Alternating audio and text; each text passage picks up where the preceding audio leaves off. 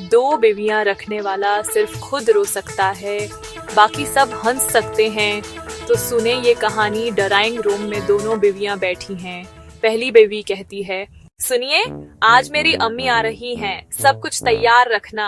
दूसरी बीवी गुस्से में जवाब देती है, मुझे तब बताना जब तुम्हारी अम्मी वापस चली जाएं, फिर मेरी अम्मी आएंगी। और शौहर दिल में सोचता है, काश मेरी भी कोई अम्मी होते जिनके घर में छिप सकता।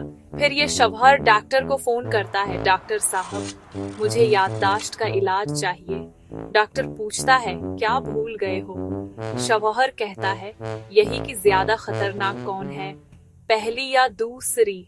अगर आप भी दो बीवियों के बीच फंस चुके हैं तो कमेंट में सिर्फ डाल दो, हम सब समझ जाएंगे।